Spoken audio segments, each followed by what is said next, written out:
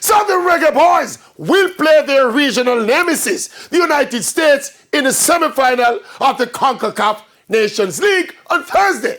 And although it's a big game, and we would love to beat the USA in the USA and advance to the final, but let's face it, this is not a do-or-die game for Coach Hallgrimson and or the Reggae Boyz. The main objective was to get to the semi-final, which qualified them for the Copa America. If we get to the Nations League final, fine. If we win it, even finer. But the biggest picture of all is the World Cup qualifiers. Both the Nations League and the Copa America are essentially preparation tournaments for the World Cup qualifiers. And all of this is in a context of the depleted forward line.